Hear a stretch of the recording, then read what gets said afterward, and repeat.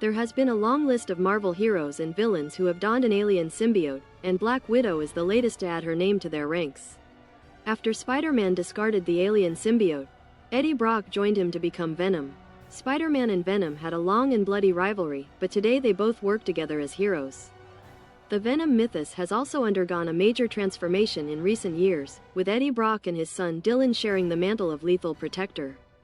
The Venom symbiote has produced several offspring, including the psychopathic Carnage, but the latest has formed a union with the Avenger Black Widow.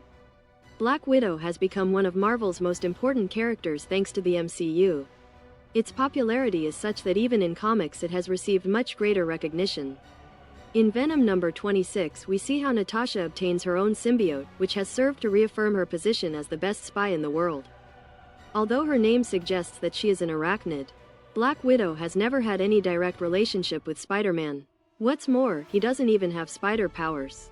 The closest we can mention as a possible relationship between these two is the ultimate version of Jessica Drew, who in this universe was a clone of Peter Parker and became Spider-Woman, later taking on the mantle of Black Widow and becoming the leader of the New Ultimates. Natasha is a perfect Marvel heroine to be paired with a symbiote, in part because her codename and spider symbol fit perfectly with the Venom mythos, but also because she has the brutality, drive, and experience to handle a symbiote responsibly and with its most lethal effect. Quite the opposite of what Peter did during his first experience with the black suit. Venom number 26. From writer Torun Grönbeck and artists Julius Oda and Frank Darmada, sees Natasha Romanoff using her impressive new abilities to assassinate and extract the memories of her target, while continuing her investigation into the dangerous new group she is targeting.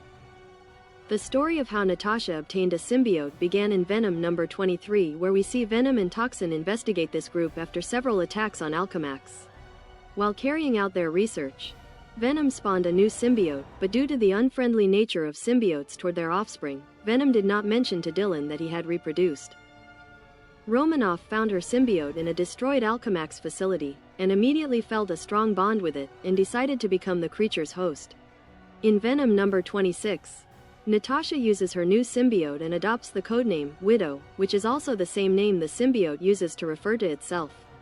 Natasha used her new abilities to uncover the secrets of No Name, teaming up with Dylan to achieve her goals. However, before teaming up with Venom, Widow interrogates a former partner of hers, Keith Walken. Her investigation into No Name led her to Keith, who is part of the underground group whose sole goal is to obtain justice for the victims of Alchemax.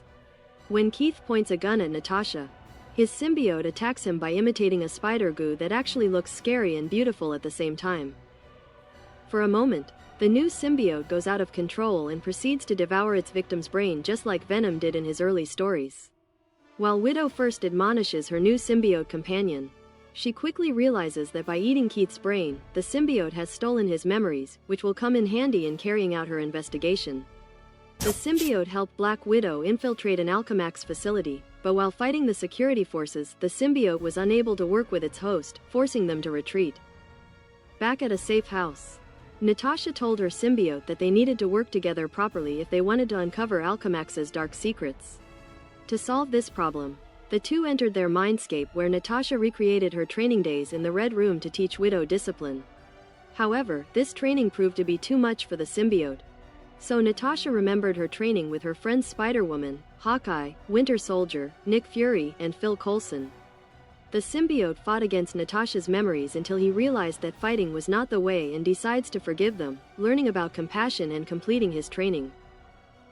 Back in the real world, the bond between the symbiote and Black Widow grew stronger and they deemed themselves ready to attack Alchemax again.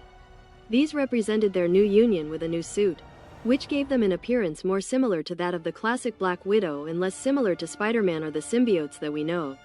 Additionally, the symbiote accepts its individuality by giving itself a name.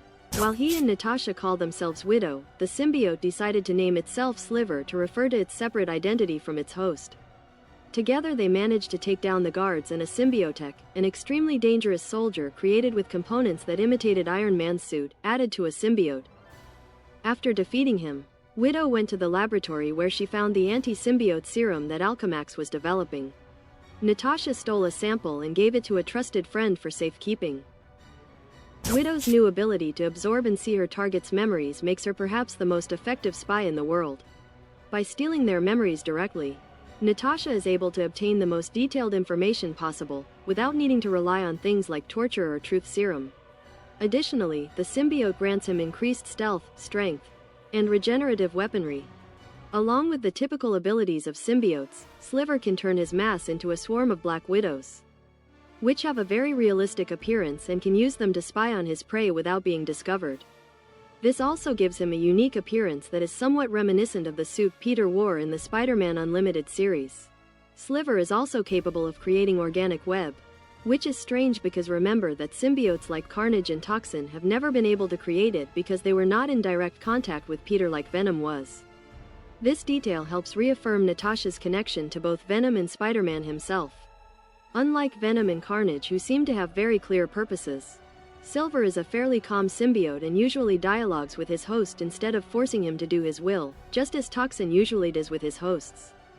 While Marvel is known for making promises of stories, arcs or characters that will change history forever, and in the end this does not happen, it seems that Natasha's new symbiote will be an exception to this rule. In addition to her appearance in the Venom title, Widow continued her journey in Thunderbolts #1, as well as her miniseries alongside Hawkeye. As if that were not enough, Venom War is currently being published, an event where Peter, Eddie and Dylan fight to decide who will be the definitive bearer of Venom. While the three fight, Anti-Venom takes care of the zombies, strange variants of zombies combined with symbiotes. Next to him is Natasha and Sliver, who will help him stop this wave of creatures. On their first mission, their respective clues led them to Alchemax, only to discover that the company was experimenting on symbiotes, and due to their intervention, these creatures were freed and are now taking control of the people of New York. If you want to know how this story continues, you will have to read Venom War and Venomous. Widow's costume remains largely the same, except now her face is covered with a black mask in a style similar to that of Spider-Man and Venom with large red eyes. The color red is also found on her ponytail, wrist gloves, and spider emblem on her chest.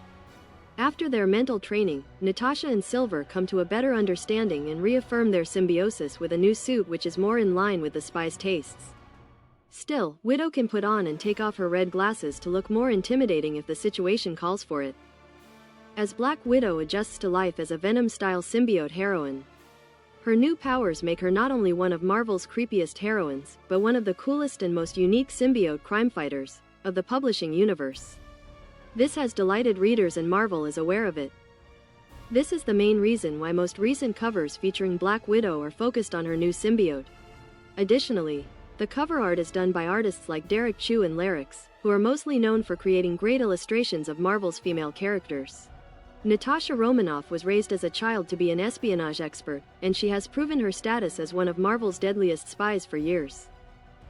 That same fight has helped him control Sliver so that the two can work together, having a much more stable relationship than most Marvel symbiotes have.